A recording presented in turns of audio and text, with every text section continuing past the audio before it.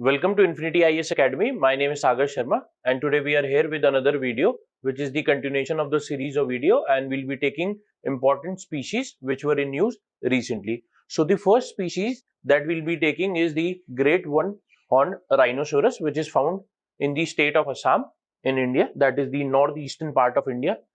And it was in news recently because September 22nd is celebrated as World Rhino Day. So in order to mark this day, in a ceremony, the state of Assam, it burned down a stockpile of 2,500 rhino horns. Now this is an important step which the government of Assam took. Now let us discuss about the species in a detailed manner. Now there are 5 species of rhino. The first 2 are white and black rhinos, which are found in African continent, and both these species, the white and the black rhino, they have got different IUCN status. The white rhino is near threatened in the IUCN list, and the black rhino is critically endangered. And the other 3 species, that is the great one-horned rhinoceros, the Javan and the Sumatran rhinoceros, they are found in Asia, and the great one-horned is vulnerable, and the Javan and Sumatra rhinoceros, they both are critically endangered. And the state, that is the country of Malaysia, the Sumatran rhino, it has gone extinct.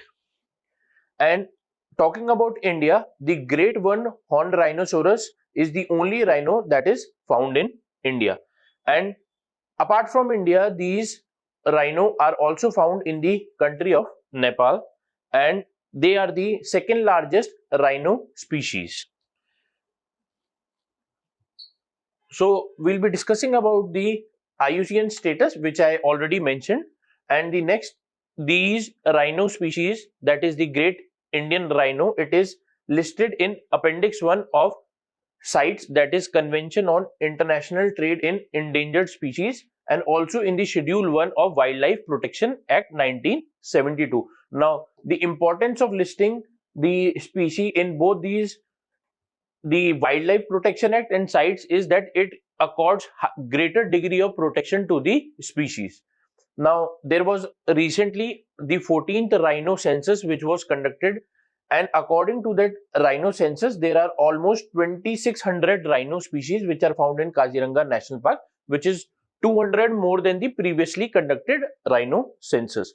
And if we come to the Kaziranga National Park, it has the largest number of rhino in a national park, and the Poebitra National Park is the another national park. Now this national park is famous because it has the highest density of rhinos occurring in a national park.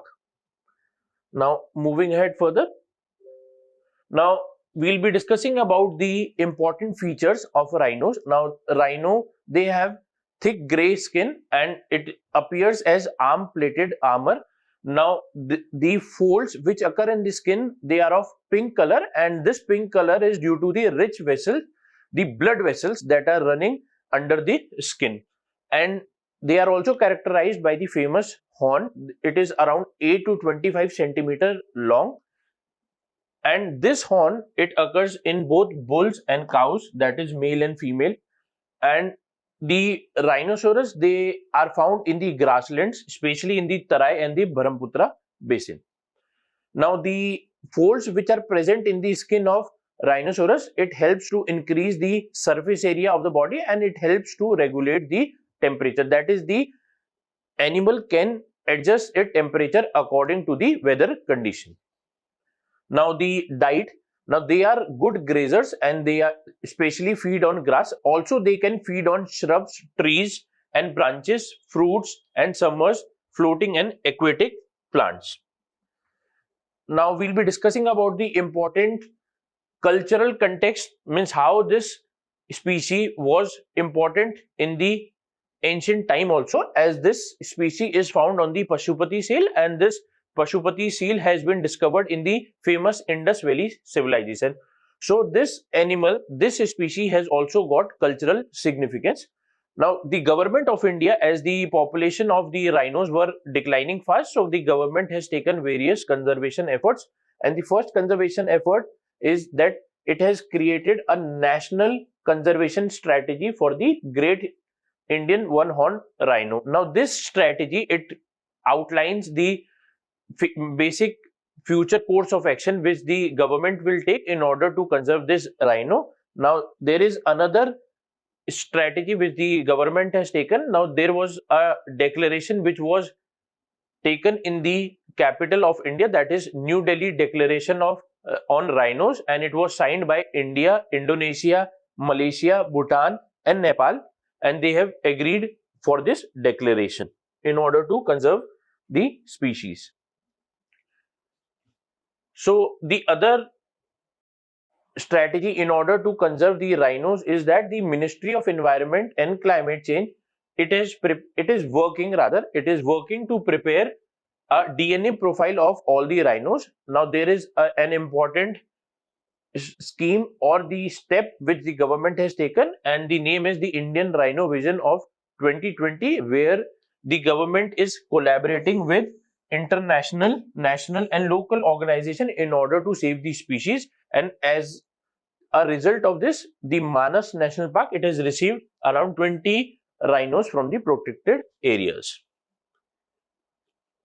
Now, we'll be discussing other species which was in news recently. The other species that was in news is the Indian pangolin, and it was in news because a radio tagged Indian pangolin was recently released in one of the zoos of the state of Odisha, and the name of the zoo is Nandan Kanan Zoological Park. And this park is also famous because it was this zoo is also famous because it is the first zoo in India who was the member of World Association for Zoo and Aquarium. And this zoo is also famous because it is used as a breeding ground for pangolins and white tigers. So remember this additional information, you can note it down. And about the Indian pangolins, if we discuss, they are known as thick-tailed pangolin or scaly ant eaters, and they are found only in India, and they are recognized by the scales which are present on the body, right? And these scales, they act as an armor in order to protect this species. And this information, it was asked in the UPSC exam in the year 2021, as they framed a question about the Indian pangolin and the hedgehog, as they use this body defense mechanism in order to protect themselves from the various dangers.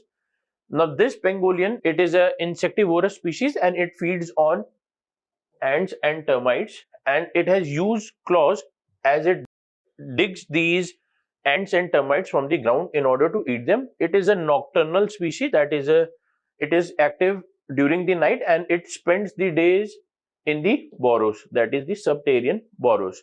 Now, the scales which are present on the body of the Indian pangolin, they change their color according to the environment that is present in the earth, that is according to the environment that is in the surrounding of the pangolin.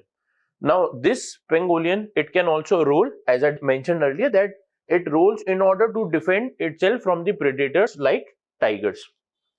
Now, these are some body self-defense mechanism which the nature has blessed these pangolins with.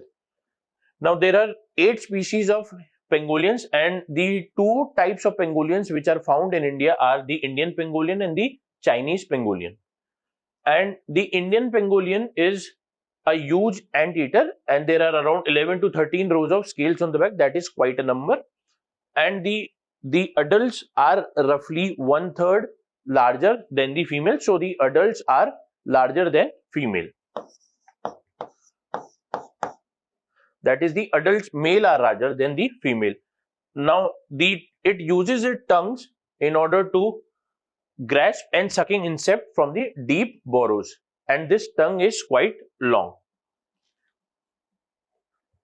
Now, they are also hunted and poached for local consumption, as it is believed that their scales, they are used as meat and also in traditional Chinese medicine, and they are the most trafficked animals in the world right now. Now, this species, that is the Indian pangolin, it is listed in the Schedule 1 of the Wildlife Protection Act 1972, and it is the Indian pangolin IUCN status is endangered, and the Chinese pangolin IUCN status is critically endangered. So make sure that you are able to differentiate the status, the IUCN status between the Indian pangolin and the Chinese pangolin.